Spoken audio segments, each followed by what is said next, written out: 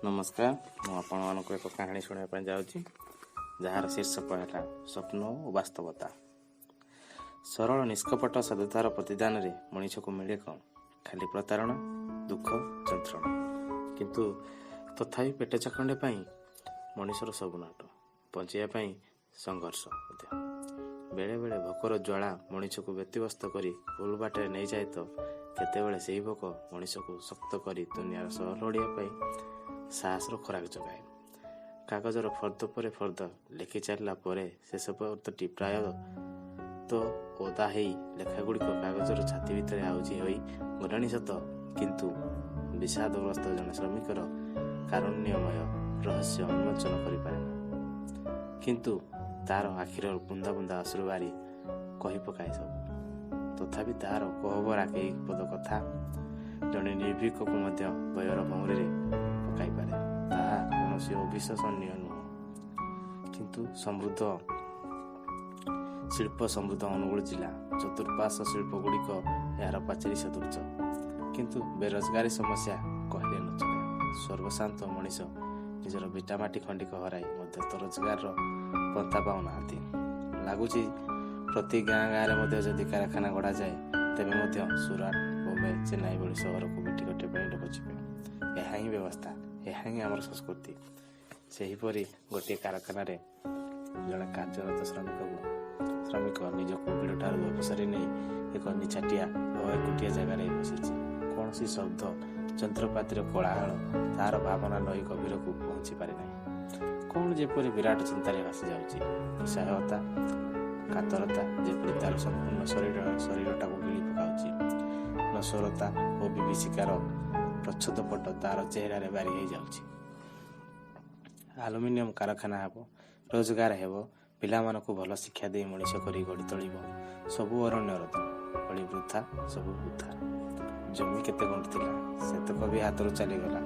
ପିଲାମାନେ ବଞ୍ଚିବେ କିପରି, ସେ ଚିନ୍ତାରେ ବୃଦ୍ଧା ଜଣକୁ ଦୁଃଖ ଭରା କଣ୍ଠରେ ନିଜକୁ ନିଜେ କହି ଚାଲୁଥିଲେ। ତଥାପି ସଂଘର୍ଷ, ଜୀବନ ବଞ୍ଚିବାରେ ପ୍ରୟାସ ଜାରି। ଏଥିରୁ ତାଙ୍କର ସାହସିକତାର ପରିଚୟ।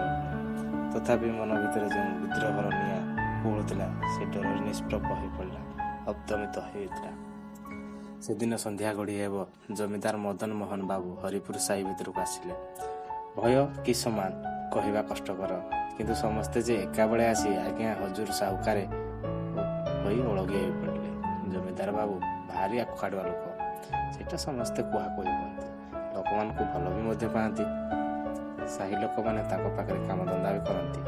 ବାଡ଼ି ବଗିଚା ଠାରୁ ଆରମ୍ଭ କରି ଚାଷ ଆଉ ଗାଈ ଗୁହାଳ ପର୍ଯ୍ୟନ୍ତ ସବୁ କାମ କରନ୍ତି। ଆଉ ଥରେ ସାହୁକାର କହିଦେଲେ ସାହିର ସମସ୍ତେ ଅଣ୍ଡିରା ମାଇପେ ସାହୁକାର ସପକ୍ଷରେ ଠିଆ ହୁଅନ୍ତି। ରଘୁଆ ସବୁଠାରୁ ବିଶ୍ୱାସୀ ଓ ବିଶ୍ୱସ୍ତ। ଯାହା କହିଲେ ଭୁଲ ଠିକ୍ ଭଲ ମନ୍ଦ ଆଗ ପଛ କିଛି ନ ବିଚାରି ହଁଟାଏ ଭରି କାମ କରେ। ରଘୁଆର ବଳ ଓ ଦକ୍ଷତା କାହାକୁ ଅଚପା। ଚାହା ଟିକେ ଆଉ ପଖାଳ ସହ ଆମ୍ବୁଲ ଫରାଏ ଖାଇ ବିଲରେ ପଶିଥିବ ଯେ ସନ୍ଧ୍ୟା ଘଡ଼ିକେ ମାଣେ ବିଲ ହଳ କରି ଆସିବ। ଯାହା କହିଲେ ଆଜ୍ଞା ସାହୁକାର, ନାହିଁ କରିବାର ଅବକାଶ ନାହିଁ, ପୁରା ଆଜ୍ଞାଧୀନ। ସେଇଥିପାଇଁ ରଘୁଆକୁ ସାହୁକାର ଅଧିକ ଭଲ ପାଆନ୍ତି। ସେଦିନ ସାହୁକାର କହିଲେ, ଯାହାର ଯାହା ଜମିପଟା ଅଛି ଆଣିକି ଦିଅ। ସମସ୍ତେ କଥାଟାକୁ ହଜମ କରିପାରିଲେ ନାହିଁ, କିନ୍ତୁ କାହିଁକି ବୋଲି ପ୍ରଶ୍ନ କରିବାର କାହାର ସାହସ ବି ନାହିଁ। ଅନିଚ୍ଛା ସତ୍ତ୍ୱେ ସମସ୍ତେ ଆଣି ଦେଇଦେଲେ। ଜମିଦାର କହିଲେ, ତମ ସମସ୍ତଙ୍କୁ ଚାଷ ଜମି ଦିଆଯିବ। ଏହିସବୁ ପଡ଼ିଆ ଜମି ଗୁଡ଼ାକ ତମେ କ'ଣ କରିବ? ଏହା ବଦଳେ ମଣ୍ଡାଖିଆ ବିଲ, ହୁଦେଇ ବିଲ, ସନେଇ ବିଲ, ମଲ୍ଲି ବିଲ ଏଗୁଡ଼ିକ ସବୁ ତମର। ଏହି ଚାଷ ଜମି ବଦଳରେ ପଡ଼ିଆ ଜମି ଗୁଡ଼ାକୁ ତୁମମାନଙ୍କୁ ଦେବାକୁ ପଡ଼ିବ। ସମସ୍ତେ ଖୁସି ହେଇଗଲେ। ନିରକ୍ଷରତା ଆଉ ସରଳତାର ଉଦାହରଣ। ସାହି ଲୋକମାନେ ସାହୁକାର ଛନ୍ଦ ବା କପଟର ଚକ୍ରବ୍ୟୂହରେ ଫସି ନ ଯିବାର ବାଟ ନାହିଁ। ସାହୁକାର ଟିପ ଚିହ୍ନ ମରେଇ ଜମିଗୁଡ଼ିକୁ ନିଜ ଦଖଲରେ କରିନେଲେ। କିଛି ଦିନ ସୁରୁଖୁରୁରେ କଟିଗଲା। ଆଲୁମିନିୟମ କାରଖାନାର ଭିତ୍ତିପ୍ରସ୍ତର ହେଲା। ଭାବିଲେ ସମସ୍ତଙ୍କ ପରି ହରିପୁରବାସୀ ମଧ୍ୟ ଉନ୍ନତି କରିବେ, ଚାଳ ଚପରରୁ ଧଳା କୋଠା ତିଆରି ହେବ। ଏମିତି କେତେ କ'ଣ। ଏପଟେ ସାହୁକାର ଦେଇଥିବା ଜମିଗୁଡ଼ିକୁ ମଧ୍ୟ ଛଡ଼ାଇ ନେଲେ। ସେହି ଆଲୁମିନିୟମ କାରଖାନାରେ ଜମି ହରେଇଥିବା ପଡ଼ିଆ ଜମି ଉପରେ ବସି ବୃଦ୍ଧା ଜଣକ ଅଶ୍ରୁବାରିରେ ସତେ ଯେପରି ଜାଗାଟାକୁ ଓଦା କରି ପକାଇବେ। ଭାବୁଥିଲେ ସେଦିନ ଯଦି ଜମିଟାକୁ ସାହୁକାର ହାତକୁ ଟେକି ଦେଇ ନଥାନ୍ତି ତେବେ ହୁଏତ କମ୍ପାନୀରେ ଚାକିରି କରିଥାନ୍ତି। ଭବିଷ୍ୟତ ଏକ ଉଜ୍ଜ୍ୱଳ ଓ ଆଲୋକ ଭରା ସୁସଜ୍ଜିତ ସ୍ୱପ୍ନ ମହଲରେ ରାଜୁତି କରିଥାନ୍ତି। କିନ୍ତୁ ଅଧିକାର ଜମାଇଲା ଆଉ ଜଣେ, ରାଜ କଲା ଆଉ ଜଣେ। ସବୁ ପାଣି ଫାଟିଗଲା। କିଛି ସମୟ ପରେ ସମସ୍ତେ ସେହି ବୃଦ୍ଧା ଆଡ଼କୁ ଦୌଡ଼ି ଆସିଲେ। ମୁହଁରେ ପାଣି ମାରି ସତେଜ କରିବା ପାଇଁ ଚେଷ୍ଟା କଲେ, କିନ୍ତୁ ନିର୍ଭୀକ ଭାବେ ସେ ଆକାଶ ଆଡ଼କୁ ଚାହିଁ ରହିଥାଏ। ବାସ୍ ଖାଲି ଚାହିଁ ରହିଥାଏ। ଆଖିରେ ପଲକ ଅଛି ନା ହୃଦୟରେ କମ୍ପନ। ବାସ୍ ସେ ଭାବନା ରାଜ୍ୟରେ ପଶି ଯାଇଛି, ସ୍ୱପ୍ନ ଦେଖି ଚାଲିଛି। କିଏ କହିଲା ରଘୁଆ ମଉସାଟି କେତେ ଭଲ, ଆଉ କିଏ କହିଲା ଆହା ରଘୁଆ ମଉସା ଜଣେ ଭଲ ଲୋକ। କିଏ କହିଲା ଆହା ରଘୁଆ ଅଜା ମଣିଷ ଭିତରେ ଗୋଟେ ହୀରାଟାଏ। କିଏ କହିଲା ତାଙ୍କର ଛନ୍ଦ କପଟ ଜମା ନାହିଁ। କିଏ କହିଲା ଆହା ଲୋକଟା ଭଲ ଥିଲା।